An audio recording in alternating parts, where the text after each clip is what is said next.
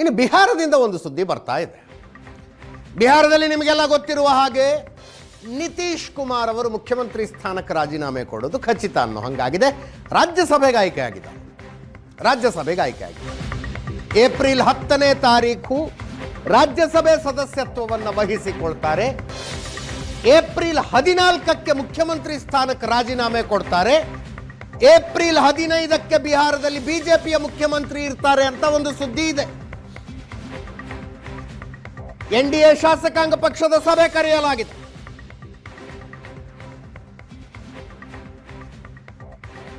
ಹಾಲಿ ಉಪಮುಖ್ಯಮಂತ್ರಿ ಸಾಮ್ರಾಟ್ ಚೌಧರಿ ಬಿಹಾರದ ಮುಖ್ಯಮಂತ್ರಿಯಾಗುವುದು ಖಚಿತವ.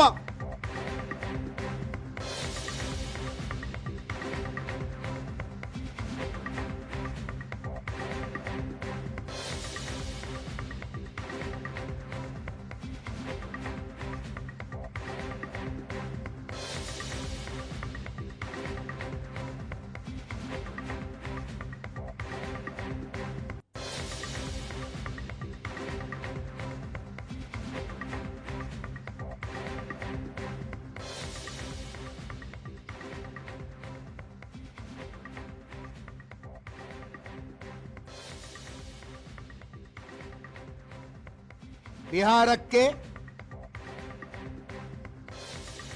ಬಿಜೆಪಿ ಮುಖ್ಯಮಂತ್ರಿಯಾಗುವ ಮುಹೂರ್ತ ಹತ್ತಿರಕ್ಕೆ ಬಂದಂತೆ ಕಾಣಿಸ್ತಾ ಇದೆ.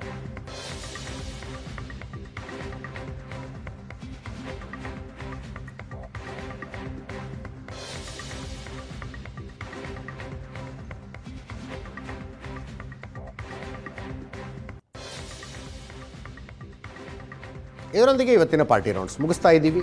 ನೇರ ದಿಟ್ಟ ನಿರಂತರ ಸುದ್ದಿಗಾಗಿ ನೋಡ್ತಾ ಇರಿ ಏಷ್ಯಾನೆಟ್ ಸುವರ್ಣ ನ್ಯೂಸ್.